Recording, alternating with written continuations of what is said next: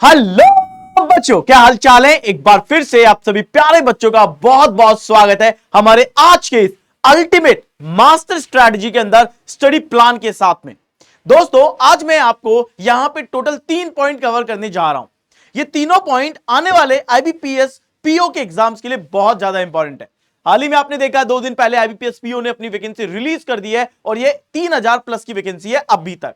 यानी 6 और बैंकों की वैकेंसी जैसे ही आउट होती है तो डेफिनेटली ये वैकेंसी राइज होगी और ये शायद 5000 तक जा सकता है। तो चलिए बात करते हैं आज हमारे कुछ इंपॉर्टेंट पॉइंट के ऊपर कि वो सारे कैंडिडेट जो आईबीपीएस पीओ एग्जाम को क्रैक करना चाहते हैं अपने पहले अटेम्प्ट में। मैं आपको एक ऐसी शॉर्ट स्ट्रेटजी बताऊंगा जिसके साथ काम करते हुए, जिसके साथ मेहनत करते हुए आप इस बार पहले ही अटेम्प्ट में निकाल सकते हो अपना आईबीपीएस पीओ। तो आज हम यहां पे जो पॉइंट कवर करने वाले हैं वो एक तो सिलेबस होगा, एक स्टडी प्लान होगा, दूसरा तीसरा आपका क्या होगा, एग्जाम डेट होगा। तो टोटल 3 चीजें अपन यहां पे कवर करने वाले हैं। अगर मैं यहां पे देखो दोस्तों बात करता हूं सबसे पहले एग्जाम डेट की, तो अकॉर्डिंग टू द शेड्यूल आपका जो प्रीलिम्स का एग्जाम होगा वो 23 और 30 सितंबर को होने वाला है। अभी आपका जो स्टार्ट हुआ है वो स्टार्ट हो गया है अगस्त, यानी अप्रोक्सीमेटली अपन मान के चलते हैं अगर 23 यहां तो 20 दिन सितंबर के मान लेते हैं और अपन यहां पे 30 दिन अपने अगस्त के मान लेते हैं। अप्रोक्सीमेटली 50 दिन है अपने पास में। इसके बाद आता है आपका 5 नवंबर को मेंस का पेपर। राइट, इसका मतलब है मेंस के लिए भी हमारे पास टाइम रहेगा, लेकिन मेंस के लिए टाइम ज्यादा नहीं रहेगा अपने पास। हार्डली 30 दिन का या 35 दिन का टाइम यहां पे होगा मेंस के लिए। तो हमें शुरुआत से ही प्रीलिम्स और मेंस की तैयारी करनी है ताकि प्रीलिम्स क्लियर होते ही हम मेंस के ऊपर अपना ज्यादा समय लगा सके। राइट, क्लियर है यहां तक। तो अपन यहां पे सबसे पहले जो बात करेंगे वो क्या क्या बात करने वाले हैं ये देखिए। मैं आपको सिलेबस बताऊंगा, प्रीवियस ईयर पेपर के बारे में मैंने आपके लिए एक वीडियो बना दिया है तो ये ऑलरेडी हो चुका है, ये नहीं लेंगे। टॉपिक्स इन डिटेल ये अपन आज लेने वाले हैं। सेक्शनल टेस्ट ये इसलिए बोला जा रहा है सेक्शनल टेस्ट, ये खैर इसके जनरल टिप्स के ऊपर लेंगे तो अपन इसको भी ले लेंगे और ओवरऑल मॉक भी अपन तब ले लेंगे। तो सबसे पहले मैं यहां पे बात करता हूं अपने रीजनिंग की चैप्टर को लेके, रीजनिंग की पूरे सिलेबस को लेकर के, और देन उसके ऊपर हम बात करेंगे कि रीजनिंग की स्ट्रेटेजी क्या होगी, रीजनिंग का स्टडी प्लान क्या होना चाहिए। राइट, तो आपने देखा होगा आपके सामने 2 चीजें बनी हुई हैं। एक तरफ मैंने लिखा है प्रिलिमिनरी एग्जाम और तीसरी तरफ लिखा हुआ है मैंने मेंस एग्जाम। यानी कि एक तरफ मैंने पहले ही आपको अलग से बता दिया ये वो टॉपिक है जिनसे आपका प्रीलिम्स का पेपर बनेगा। इनमें किसी भी टॉपिक से क्वेश्चन आ भी सकते हैं और कोई एक आध 2 टॉपिक एग्जामिनर छोड़ भी सकता है, लेकिन ऐसा नहीं है कि किसी सारे एग्जाम में छूट जाएंगे। किसी की शिफ्ट में नहीं आएंगे, किसी की शिफ्ट में आएंगे। राइट, यहां ये पूरा की पूरा आपका मेंस का सिलेबस है, यहां से आपका पूरा की पूरा मेंस का पेपर बनेगा। बस ये चैप्टर यहां इंक्लूड है क्योंकि यहां पे प्रीलिम्स के अंदर एग्जाम का जो क्वेश्चन का लेवल होगा वो थोड़ा इजी होगा, लेकिन मेंस के अंदर वही लेवल जो है वो डेफिनेटली 10x हो जाएगा, बहुत अच्छे लेवल पे चला जाएगा। अब बात आती है कि प्रीलिम्स का हमारा स्टडी प्लान कैसा होना चाहिए। मैंने आपको जिस तरीके से बनाया है आपको इसी तरीके से इन चैप्टर्स को खत्म करना है, यानी आपका स्टडी प्लान इसी तरीके से होना चाहिए।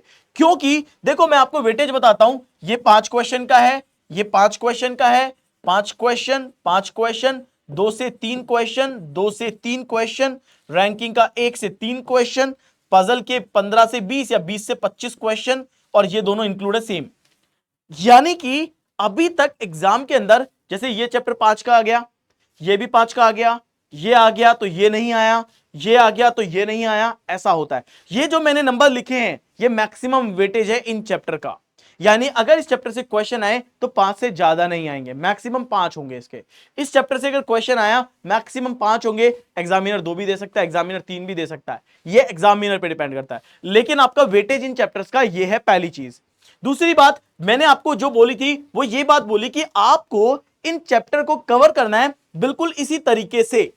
यानी सबसे पहले आप अल्फाबेट टेस्ट को पढ़ेंगे, उसके कोडिंग डिकोडिंग को पढ़ेंगे, नेक्स्ट टॉपिक को, देन आप इनइक्वालिटी का टॉपिक खत्म करेंगे, देन आप सिलॉक्स का टॉपिक खत्म करेंगे, देन ब्लड रिलेशन और डायरेक्शन खत्म करेंगे, देन आप रैंकिंग का टॉपिक खत्म करेंगे और उसके बाद पजल और सिटिंग अरेंजमेंट करेंगे। यानी ये टॉपिक आप सबसे बाद में करेंगे, पहले आप इन टॉपिक्स को खत्म करेंगे। मैं ऐसा क्यों कह रहा हूं, क्योंकि बच्चों अगर पजल और सिटिंग अरेंजमेंट को आप पहले ही दिन से पढ़ना स्टार्ट कर देंगे, आप पहली ही बार में सॉल्व करना स्टार्ट कर देंगे, जबकि आप नए एस्पिरेंट हैं, आपको नहीं पता पजल कैसी होंगी, सिटिंग अरेंजमेंट कैसे होंगे, तो ये चीज आपको इनिशियली वे में डिफिकल्ट लगेगी, सॉल्व करने में आपको आलस आने लग जाएगा, आपको घबराहट भी होगी और आप कहेंगे बैंक एग्जाम से सो मच टफ, ये तो मेरे से होगा ही नहीं। इसीलिए सबसे पहले हम मिसलेनियस टॉपिक करेंगे, थोड़े इजी टॉपिक करेंगे, इजी टू अंडरस्टैंड होंगे, इजी टू अप्लाई होंगे, और जब अप्लाई हो जाएगा तो आंसर भी आएगा और देन हमारा कॉन्फिडेंस भी आएगा, है ना। तो हमें ये कंप्लीट करना है और देन हमें यहां पे आना है। इसका पूरा सिलेबस भी यही है, इसकी पूरी स्ट्रेटेजी भी यही है, इन टॉपिक से करना है, इनका वेटेज भी यही है। हमें इन चीजों को बस प्रिपेयर करना है।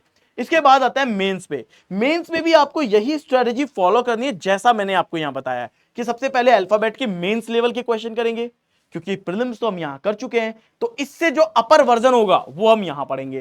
देन कोडिंग डिकोडिंग पढ़ेंगे, इनइक्वालिटी सिलॉक्स पढ़ेंगे, ब्लड रिलेशन डायरेक्शन पढ़ेंगे, पजल सिटिंग पढ़ेंगे, रैंकिंग का बहुत ज्यादा टफ नहीं आता तो इसको ना के बराबर रखेंगे, डेटा सफिशिएंसी पढ़ेंगे, मशीन इनपुट आउटपुट पढ़ेंगे, और 7 चैप्टर लॉजिकल रीजनिंग के होते हैं, यानी कि ये 10 नंबर का एग्जाम में आएगा। 7 टॉपिक है इसके अंदर, course of action, assumption, argument, cause and effect, inference, तो ये टॉपिक अपन यहां पे करने वाले हैं।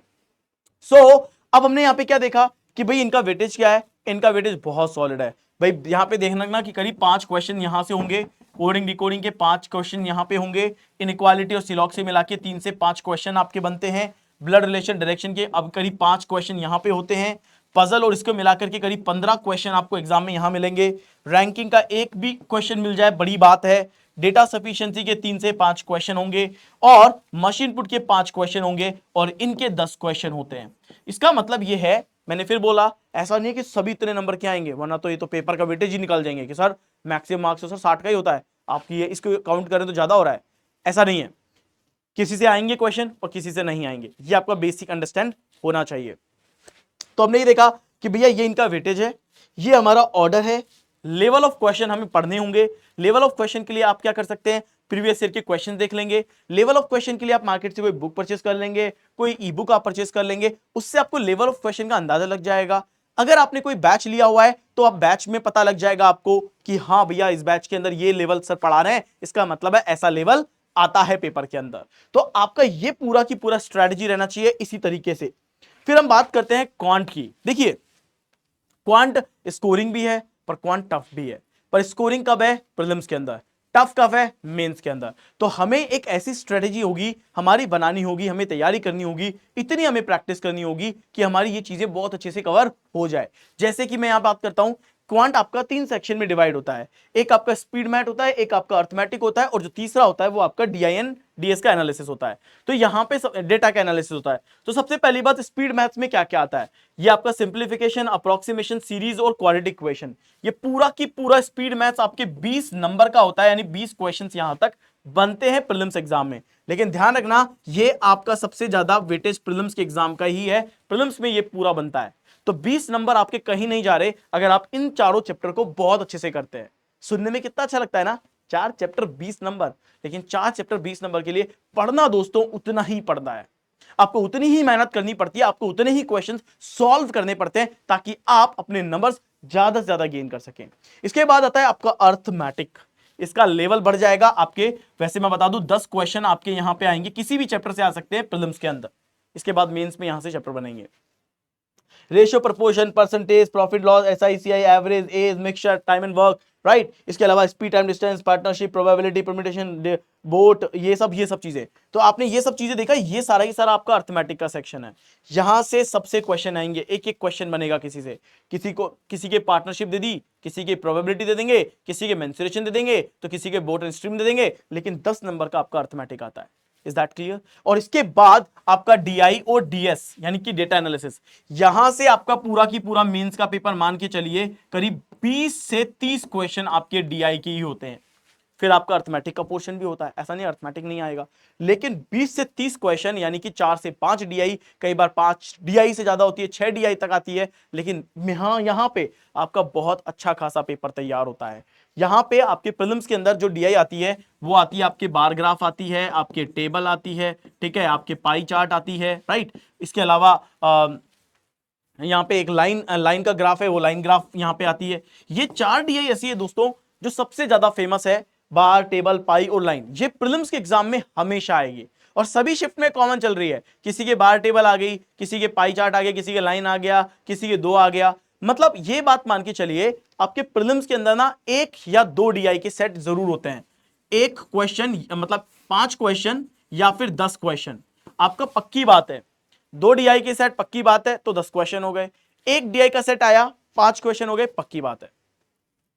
तो फिर यहां से कभी कम होंगे, यहां से भी कम हो सकते हैं, यहां बढ़ सकते हैं।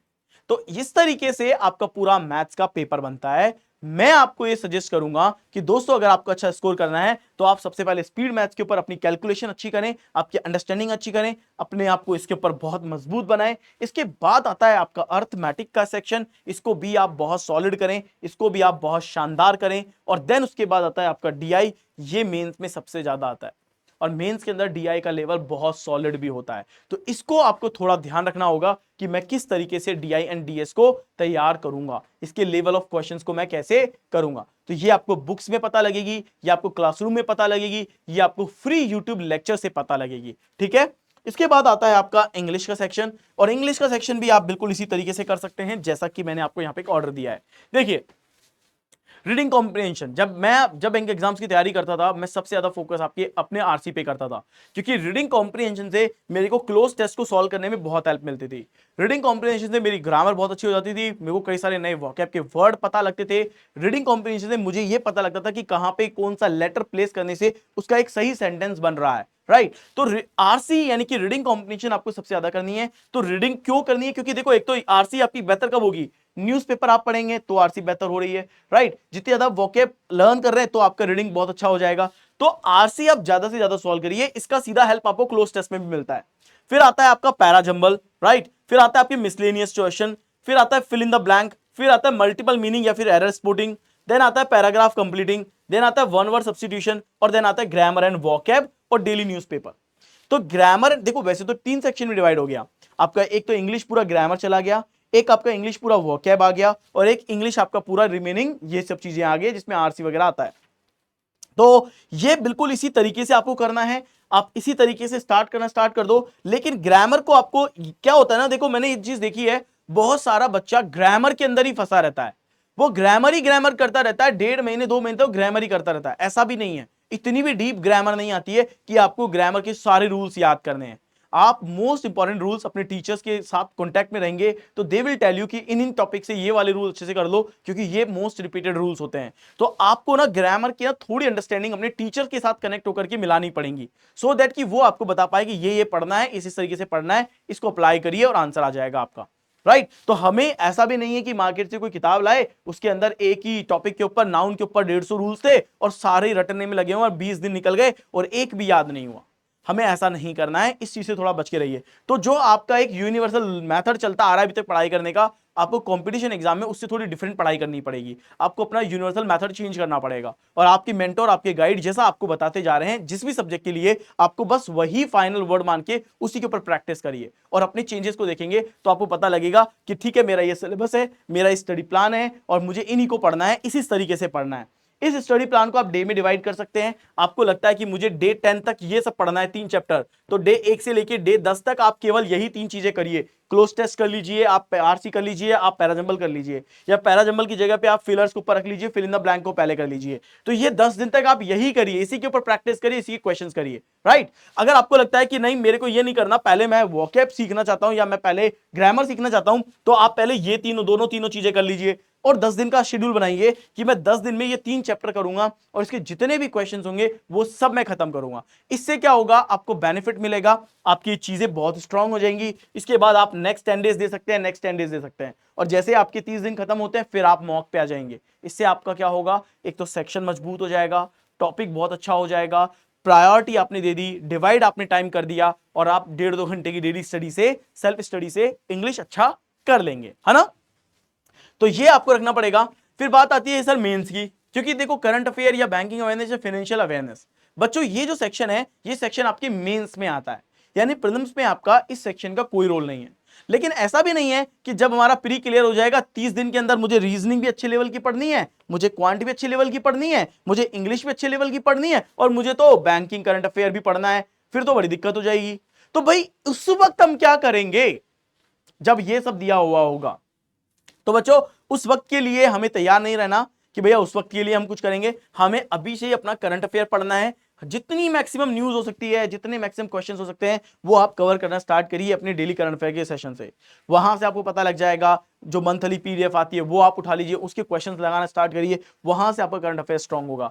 आपकी बैंकिंग अवेयरनेस की क्लासेस चलेंगी, यूट्यूब पे चलेंगी, या यूट्यूब पे एमसीक्यू होते हैं, क्लासेस में एमसीक्यू होते हैं, मार्केट में कोई बुक परचेज करके ले आएंगे, तो वहां से आप क्या करेंगे, अपने बैंकिंग अवेयरनेस को अच्छा करेंगे, उसकी थ्योरी को आप पढ़ेंगे, उसके कॉन्सेप्ट को आप पढ़ेंगे और एमसीक्यूज आप लगाएंगे। इसके बाद सेम इसी तरीके से फाइनेंशियल अवेयरनेस और देन स्टैटिक जीके, तो ये तो वैसे भी फिक्स रहता है, बहुत रेयर चेंज होता है, तो इसको तो आप अभी से पहले दिन से स्टार्ट कर दो, राइट, कि हाँ भाई मुझे पिछले 10 महीने का, 8-10 महीने का आप तैयार कर लो। 8 से 10 महीने, वैसे कई सारे एजुकेटर आपको 6 महीने का भी बोलेंगे और कुछ एजुकेटर 12 भी बोलेंगे, लेकिन पिछले काफी टाइम से ऑब्जर्व कर रहा हूं 8 से 10 महीने के अंदर आपका सारा पेपर तैयार हो जाता है। पर इस बार एक चीज ध्यान रखना, आपको अपना जो भी आप ये तैयार कर रहे हैं वो काफी डीप तैयार करना है, क्योंकि एग्जामिनर अब बहुत ज्यादा अच्छे लेवल के क्वेश्चन आपको देने लग गया है, तो थोड़ा आपको डीप स्टडी करनी पड़ेगी। ऐसा नहीं है कि हर बार कौन जीता यही पूछा है, कई बार यह पूछा जाता है कि ये जीता तो कहां जीता, राइट, इसने हराया तो किसको हराया, ये सब चीजें पूछा जाता है, किस तारीख को ये हुआ था, किस जगह पे ये हुआ था, ये तक चीजें पूछ ली जाती है। तो कई सारी चीजें हैं जो ऐसी हैं जो बहुत डिफरेंट आ रही है, उसके लिए भी आपको क्या रहना पड़ेगा, तैयार रहना होगा। लेकिन इसके अलावा अगर मैं आपको कुछ जनरल टिप्स दूं तो क्या होगा, तो भैया मेरा स्ट्रेटजी कंप्लीट हो गया, राइट, कि मुझे क्या क्या पढ़ना है, मेरा ये पता लग गया कि मेरा सिलेबस क्या है, ये क्लियर हो गया। स्टडी प्लान आपको अपने हिसाब से बनाना पड़ेगा, क्योंकि मैं कोई स्टडी प्लान आपको दूंगा वो हो सकता है आपके लिए सुटेबल ना हो। आप अपना स्टडी प्लान बनाएंगे, डे डिसाइड कर लेंगे कि भैया मेरे पास 40 दिन है, तो शुरुआत के 5 दिन मैं इस चैप्टर को दूंगा, अगले 5 दिन इसको दूंगा, अगले 5 दिन इसको दूंगा। तो मैं हमेशा बोलता हूं आपका जो स्टडी प्लान होगा ये आपसे बेहतर कोई नहीं बना सकता है। आप ये कहोगे सर आप मुझे हर दिन का बना के दो, डे 1 में ये करना है, डे 2 में ये करना है, डे 3 में ये करना है, तो मैं आपको बता दूं ऐसा बन तो जाएगा, पॉसिबल भी है, लेकिन क्या होगा, नुकसान आपको ही है, क्योंकि आपको ऐसा लगता है कि कोई चैप्टर की प्रायोरिटी इसको मुझे आज देनी है, ये मेरे को अभी समझ में नहीं आया, तो आप उसको प्रायोरिटी देंगे, फिर आपको स्टडी प्लान छूट जाएगा, राइट। तो डेली अपनी टू डू लिस्ट बनाओ और अपनी स्टडी प्लान के अकॉर्डिंग उसको फोकस करो। लेकिन कुछ एक्स्ट्रा पॉइंट है, वो ये है, सबसे पहली बात, चाहे आपका प्रीलिम्स का पेपर हो या फिर आपका बच्चों मेंस का पेपर हो, मैं आप सभी से ये कहूंगा कि आप पीवाईक्यू आप जरूर सॉल्व करिए, right. Previous year question solve करने से आपको पैटर्न का, लेवल ऑफ क्वेश्चन का अंदाजा क्लियरली लग जाता है। आपको दुनिया जहान में किसी से पूछने की जरूरत नहीं है कि कोई कहेगा पेपर बहुत टफ आता है, तो फिर आपने बस सबकॉन्शियस माइंड में आपने उस चीज को बिठा लिया और आप एक ही चीज की रट लगाओगे पेपर बहुत टफ आता है, ऐसा नहीं होता है। तो आप पहले प्लीज मेमोरी बेस्ड पेपर देखिए, ये यूट्यूब पे भी अवेलेबल होगा और ये दुनिया भर की वेबसाइट्स पे भी अवेलेबल होगा, सब लोगों ने डाला हुआ है, ओके। सेकंड आता है, अपने प्लान को और अपने डेली स्टडी प्लान को डिवाइड करो टास्क के अकॉर्डिंग। जो मैंने अभी बोला ना आपको, टू डू लिस्ट बनाओ, आज ये करना है, कल ये करना है, परसों ये करना है, और उस पर स्टिक हो जाओ। जनरली प्रॉब्लम यही होती है कि हम लोग स्टिक नहीं होते और उसका नुकसान भी फिर हमको ही होता है, तो हमें वो चीज से बचना है, अपनी टू डू लिस्ट के ऊपर काम करना है। इसके बाद आता है prepare notes and the practice. Notes आपको करंट अफेयर के बनाने हैं, बैंकिंग के बनाने हैं, प्रैक्टिस आपको ओवरऑल करनी है। ध्यान रखिएगा, नोट्स आप इसी के बना सकते हो या फिर इंग्लिश के अंदर आपकी जो मैम है या सर हैं जो आपको यहाँ पे नोट्स लिखवाएंगे वो आप यहाँ पे तैयार करेंगे। लेकिन उसके बाद आपको प्रैक्टिस करनी है और प्रैक्टिस आपको हर सेक्शन में करनी है, ठीक है। रिवाइज करिए, जितना ज्यादा हो सकता है आप चीजों को रिवाइज करिए, और जितना हो सकता है आप अपनी लेटेस्ट न्यूज को पढ़ना स्टार्ट करिए। आपको अपने आप से कनेक्शन बनाना पड़ेगा, करंट अफेयर डेली पढ़नी होगी, उसको डेली फॉलो करना होगा, उसके एमसीक्यूज को करना होगा, उसको रिवाइज करना होगा। जितना ज्यादा आप ये चीज करेंगे, बाद में जब आप मेंस देने जाएंगे उस वक्त आपके पास लोड कम होगा। पर अगर आप अभी खाली हो गए, अभी आप मॉक ही नहीं लगा रहे हो, अभी आप चीजें छोड़ रहे हो, इसका बड़ा नुकसान होगा। और मॉक मैं आपको बता दूं, 20 दिन पहले से मॉक लगाना, ठीक है।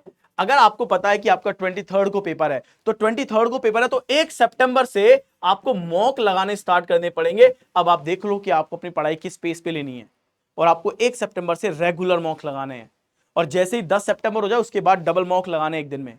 आप चाहते हो आपकी स्टडी अच्छी हो, आप चाहते हो आपकी स्पीड अच्छी हो, एक्यूरेसी अच्छी हो, आप चाहते हो कि आपको हर लेवल पे हर तरह से कॉन्फिडेंस आए, तो ये आप पहले दिन से करने लग जाना। क्योंकि क्या होता है ना, बच्चा बाद में हमेशा मॉक लगाता है, एग्जाम में 10 दिन बचेंगे तब मॉक लगाता है, बहुत बड़ा नुकसान होता है इसका, ओके, ठीक है। सो ये चीजें आप फॉलो करिए। कोई भी क्वेश्चन हो आपका, प्लीज आराम से आप पूछिए, आराम से विद ड्यू रिस्पेक्ट, आपको जो पूछना आप पूछिए, मैं आपको उसका जरूर रिप्लाई करूंगा, okay. So thank you very very much.